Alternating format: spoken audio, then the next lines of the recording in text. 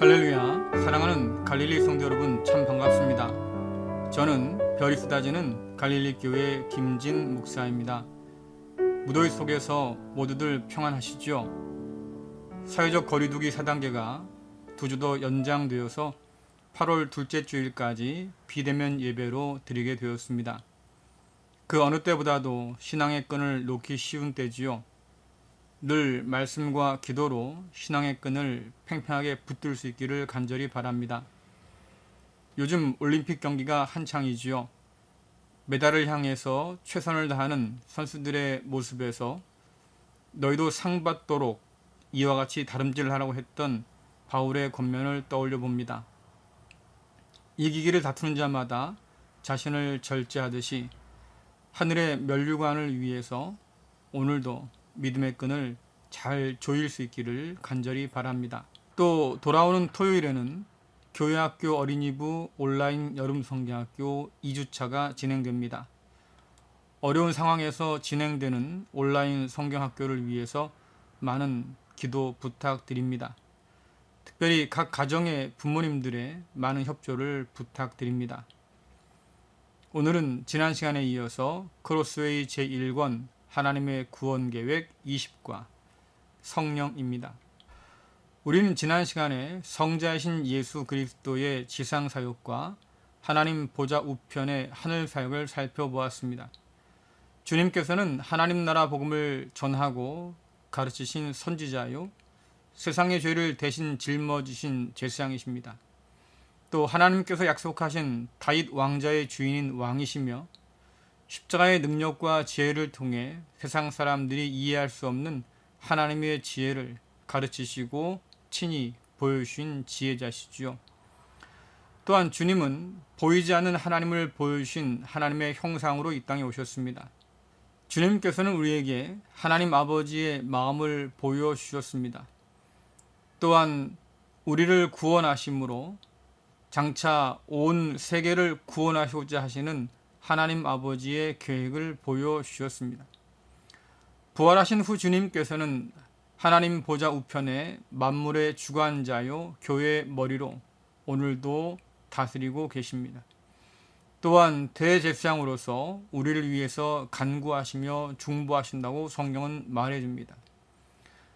마지막 그림은 주님께서 정복하셔서 발 아래 두신 대적들을 보여줍니다.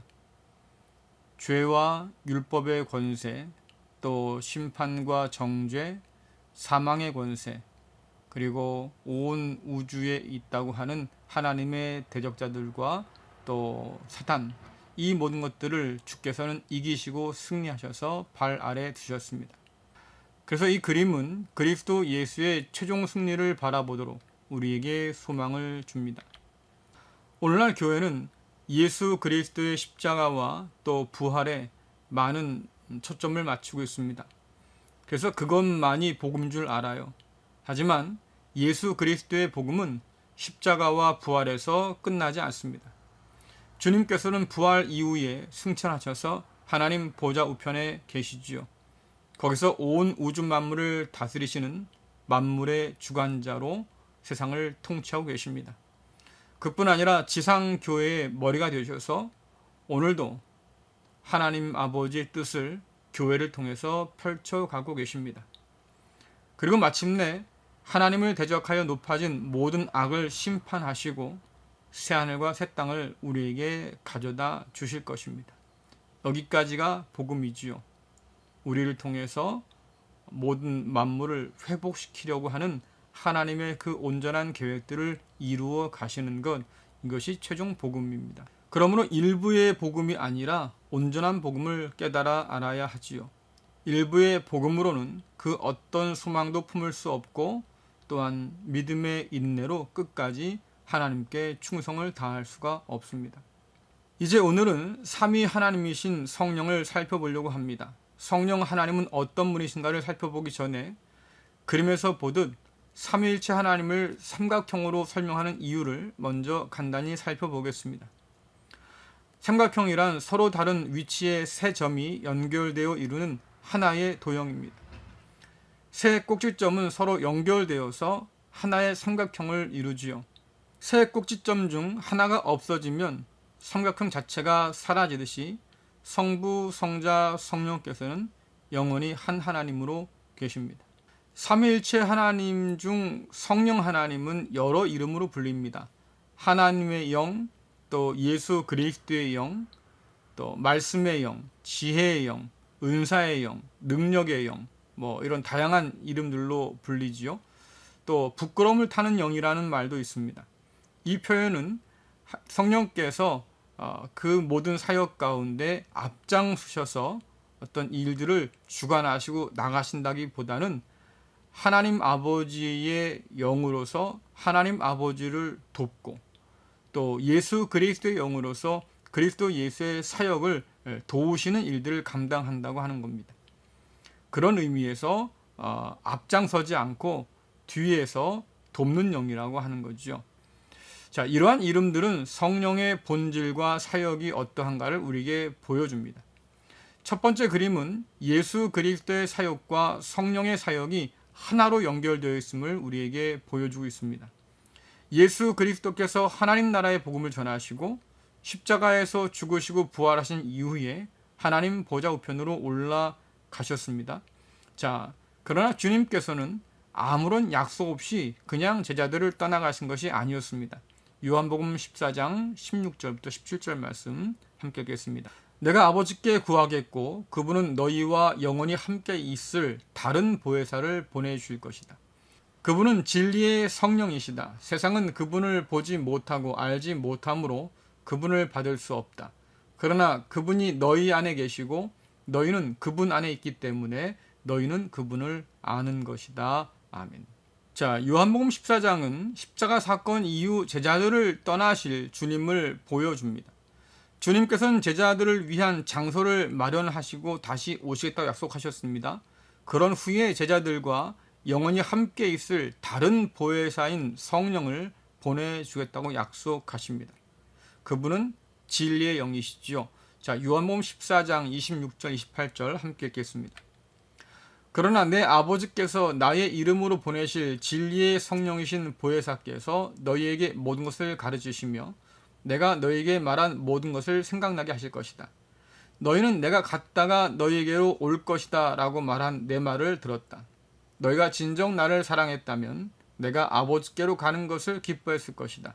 이는 아버지가 나보다 더 크신 분이기 때문이다. 아멘. 자, 26절에서 보면 내 아버지는 성부 하나님이십니다. 또 나의 이름은 예수 그리스도 성자이시죠. 보혜사는 진리의 영이신 성령 하나님을 뜻합니다. 이 모든 일들이 삼위일체 하나님의 역사임을 우리에게 보여주고 있습니다. 그러므로 구약은 성부 시대, 복음서는 성자 시대, 그 이후 지금까지는 성령의 시대라고 하는 식의 구분은 성경적인 이야기가 아니지요. 창조 이후의 모든 시대는 성부, 성자, 성령 삼위일체 하나님께서 함께 일하시고 역사하시는 시대였습니다. 창세 전부터 계셨던 말씀이신 성자 하나님이 사람 되어서 이 땅에 오셨습니다. 하나님의 말씀을 가르치고 전파하시면서 하나님 나라를 우리에게 알려주셨죠. 예수님께서 승천하신 이후 진리의 영이신 성령께서 오셔서 주님께서 하신 모든 일들을 이어서 감당하시고 우리에게 말씀을 가르치시고 또한 생각나게 하십니다. 우리가 여기서 주목할 것은 다시 오신다고 하신 약속이에요. 이것은 단지 십자가 죽음 이후 부활한다거나 승천하신 후에 다시 재림하신다고 하는 것을 뜻하는 것만은 아닙니다. 주님께서는 그림에서 보듯 성령을 통해서 임하셔서 제자들과 함께 하십니다. 성령께서 오실 때 주님께서 다시 오신 것이지요. 약속하신 대로 제자들을 고아처럼 버려두지 않고 세상 끝날까지 함께하기 위해서 이 땅에 성령을 통해서 다시 오신 겁니다. 요즘 비대면 예배로 인해서 인터넷으로 예배 신앙을 전송하지 않습니까? 예전에는 교회에 와야 예배를 드릴 수 있었습니다. 하지만 이제는 인터넷을 통해서 접속 가능한 곳 어디에서든 예배를 드리게 되었습니다. 이와 비슷하다고 생각하면 될 것 같아요. 주님께서 아버지께로 가고 성령께서 오시는 것이 제자들에게 더 유익할 것이라고, 더 기뻐해야 할 것이라고 말씀하셨습니다. 자, 성령을 통해서 임재하신 주님께서는 약속하신 대로 세상 끝날까지 제자들과 함께 어디든 함께 하실 수 있게 되었습니다. 무소부재하신 분이라고 성경은 말하지 않습니까? 성령께서 이 땅에 오심으로 그 성령을 통해서 그리스도 예수께서 무소부재하신 분이 되었어요. 그러므로 다시 온다는 이 말씀은 재림의 때만이 아니라 성령 강림을 통해서 제자들에게 오실 주님을 우리에게 보여줍니다. 주님께서는 그 성령을 통해서 제자들이 하나님과 아들과 성령 안에 함께한다고 말씀하셨습니다. 성령에 관한 두 번째 그림은 앞서 7과에서 살펴본 그림과 함께 보는 것이 좋을 것 같습니다. 이 두 그림은 서로 비슷해 보이지 않습니까? 화면 왼쪽 그림은 신해산 언약의 그림이고 오른쪽 그림은 오순절 성령 강림 사건의 그림입니다. 이 그림은 서로 다른 사건이지만 중요한 의미를 함께 공유하고 있지요. 첫 번째 공통점은 두 사건 모두 하나님께서 임재하신 사건이라는 것입니다. 시내산에서 임재하신 하나님은 다시 올라가지 않으시고 그 백성 중에 임하셔서 함께 동행하셨습니다. 광야에서는 성막에서, 또 가나안 정착 이후에는 성전에서 임재하여서 그 백성과 함께 하셨지요. 임마누엘, 우리와 함께 하시는 하나님인 것을 보여주셨습니다. 비슷하게 오순절에 임하신 성령께서도 다시 올라가지 않으시고 그 백성 중에 임하셔서 함께 하셨습니다. 성령께서는 참 성전이신 예수 그리스도의 몸된 성도들을 성전 삼으셔서 그 가운데 임재하여 계신다고 성경은 말하고 있습니다. 두 번째 공통점은 두 사건 모두 임재하신 하나님을 중심으로 하는 언약 공동체가 탄생했다고 하는 것입니다. 시내산 언약을 통해서 하나님의 백성 이스라엘이 탄생했습니다. 또한 오순절 성령 강림을 통해서 하나님의 새 백성이요 자녀인 교회 공동체가 탄생했습니다. 놀라운 것은 구약의 오순절은 하나님께서 시내산에 임하셔서 하나님의 율법을 주신 것을 기억하고 기념하는 절기였지요. 하나님께서 시내산 언약을 통해서 이스라엘을 제사장 민족으로 삼으셨습니다. 불행하게도 이스라엘은 이 사명을 잘 감당하지 못했어요. 우상을 숭배하면서 하나님께서 맡기신 사명과 관계없이 살았습니다. 하나님께서는 이스라엘을 통해서 세상이 하나님을 알도록 하셨지만 이스라엘은 그런 하나님의 뜻과 상관없이 살았습니다. 하나님은 참 이스라엘이신 예수님을 이 땅에 보내주셨습니다. 하나님께서는 예수님을 통해서 하나님의 뜻이 무엇인가를 우리에게 보여주셨고 또 그 성령으로 임재하셔서 예수 그리스도를 따르는 새 이스라엘인 교회 공동체를 세우셨습니다. 교회 공동체는 세상 속에서 하나님의 영광을 드러내는 사명을 감당하도록 부름받은 공동체입니다. 많은 이들이 예수 그리스도를 통한 하나님의 용서와 구원을 오해해요. 그것만이 예수 그리스도의 십자가 사건의 의미라고 생각하지요. 그러나 그것은 반쪽 복음이고 부족한 복음일 뿐입니다. 구원은 하나님의 뜻을 이룬 과정일 뿐이에요. 하나님의 최종 목적이 아닙니다. 구원의 은혜를 받은 이들은 하나님의 최종 목적을 위해서 헌신해야 할 사명을 받았습니다.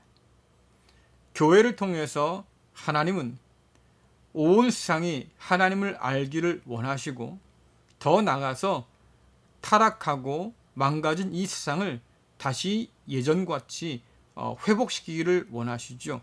새 창조, 새 하늘과 새 땅을 만드는 것, 그것이 하나님의 최종 목적입니다. 그 사명으로 교회는 지금 부름받은 거예요.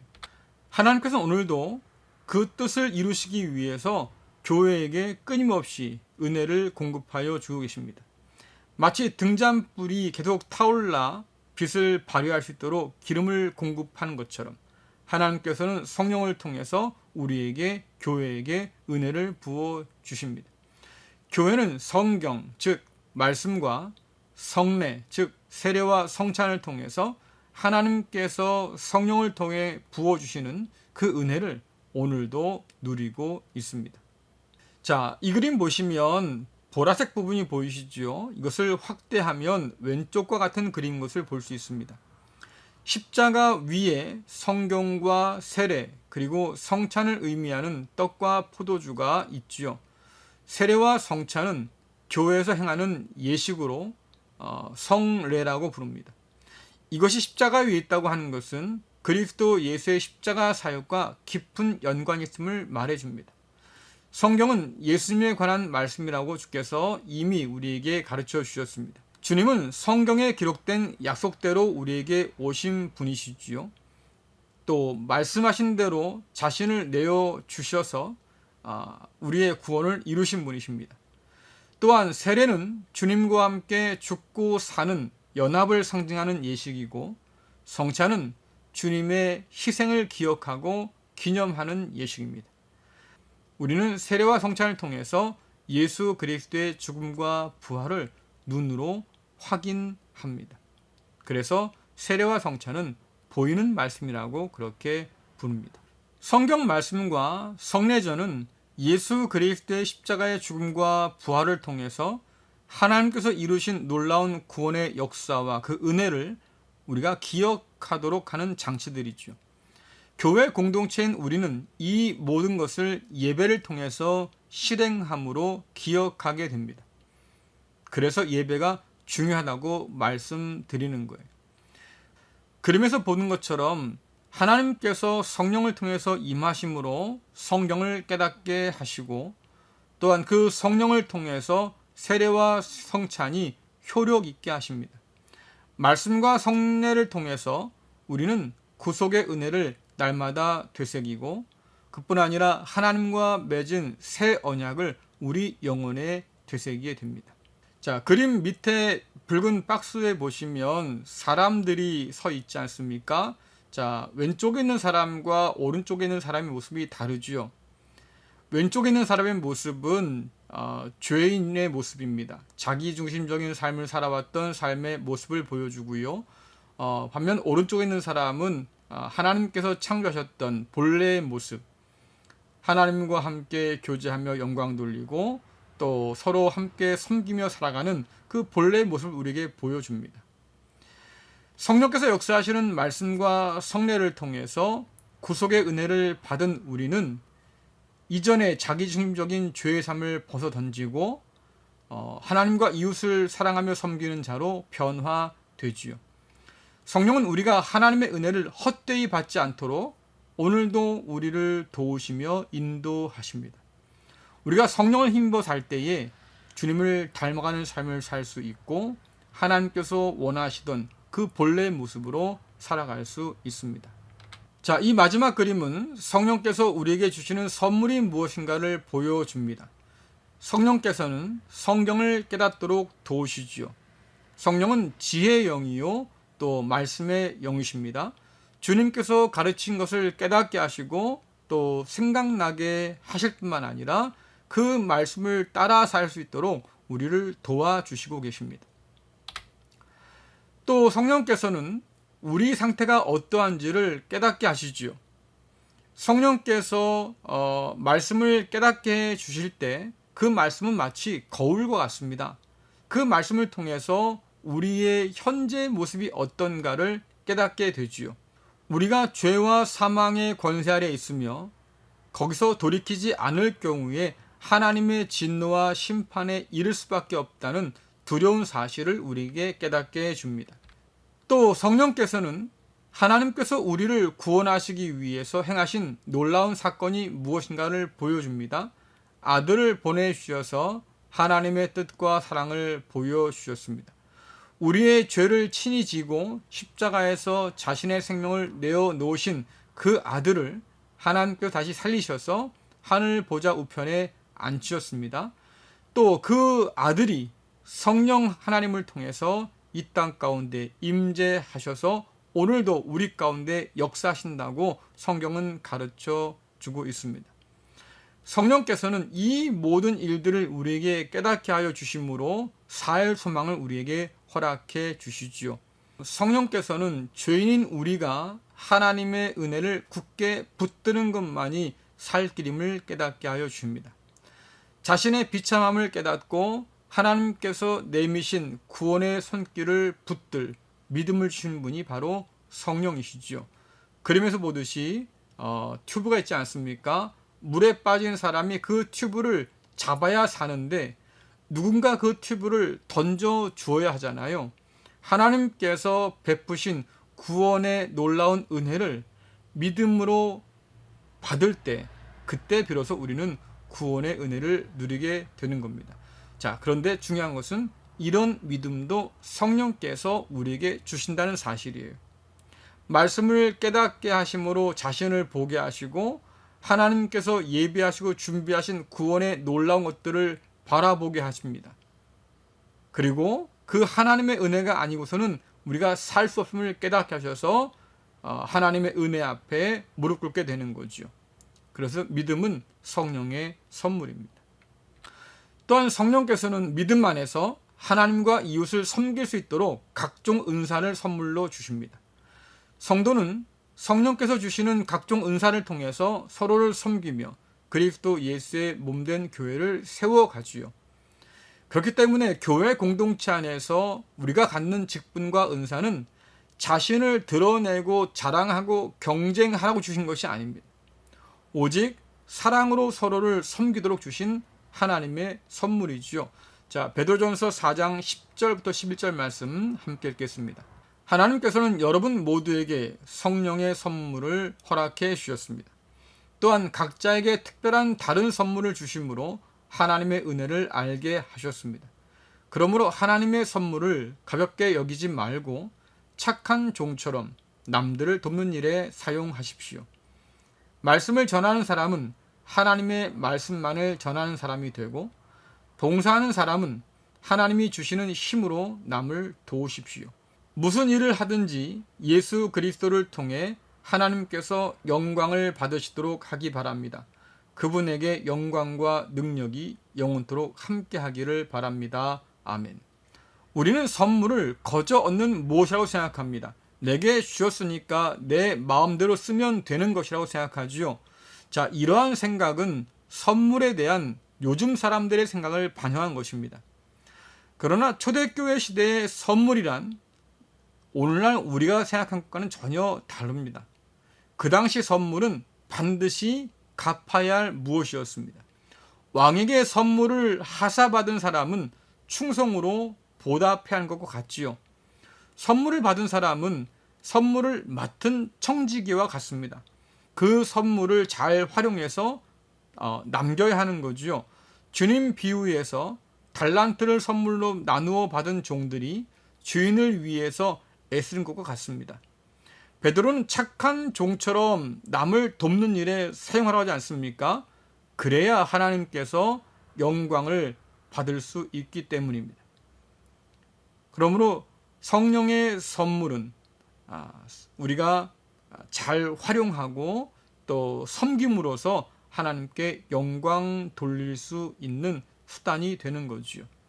자, 바울은 은사를 통해 맺는 열매를 말하고 있는데요. 갈라디아서 5장 22절, 25절을 함께 읽겠습니다. 그러나 성령의 열매는 사랑과 기쁨과 평화와 오래 참음과 자비와 착함과 성실과 온유와 절제입니다. 이런 것들을 금지할 율법이 없습니다. 그리스도 예수께 속한 사람은 자기 육체를 정욕과 욕망과 함께 십자가에 못 박았습니다. 우리가 성령으로 새 생명을 얻었으므로 성령을 따라 살아야 합니다. 아멘.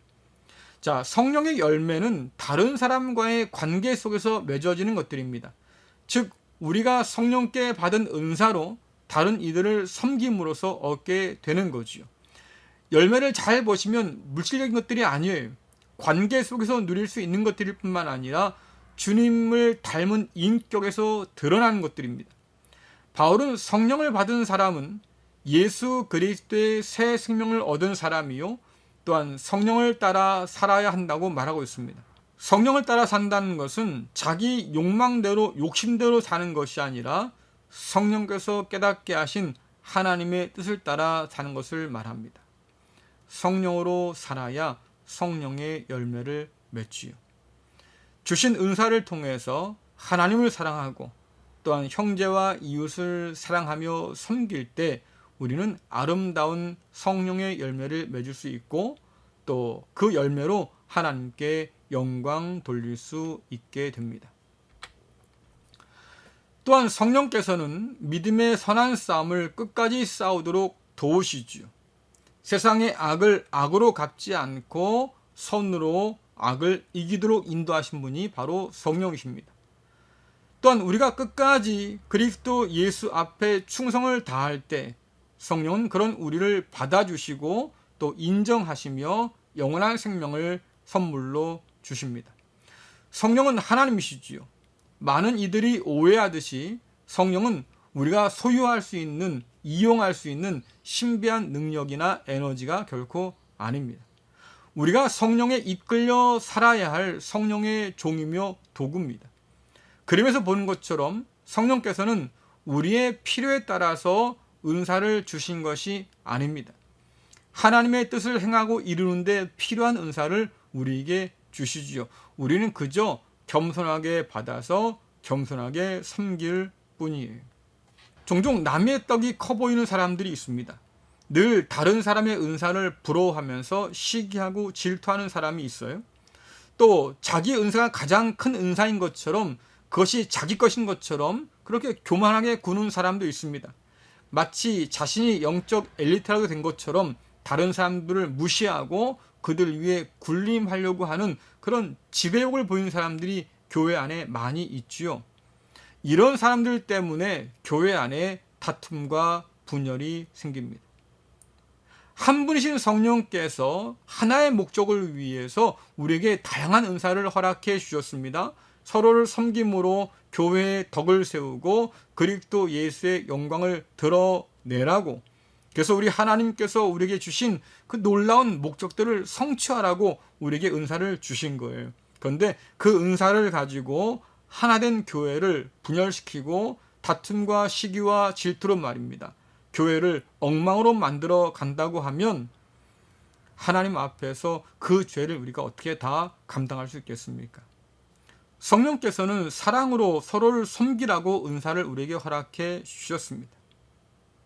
그 은사를 통해서 우리가 서로 섬기면서 교회의 덕을 세워갈 때 주님 말씀하신 것처럼 작은 것에 우리가 충성을 다할 때 성령께서는 더 풍성한 은사로 우리에게 허락해 주시지요.